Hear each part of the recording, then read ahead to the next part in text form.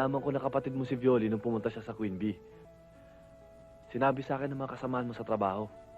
Nalaman ko din na may concert siya dito, kaya isinama ko si Baby.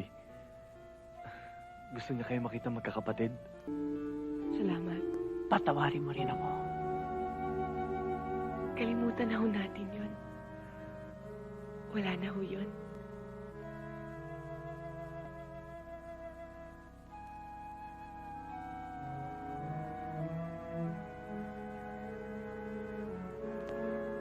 Ate Yasmin,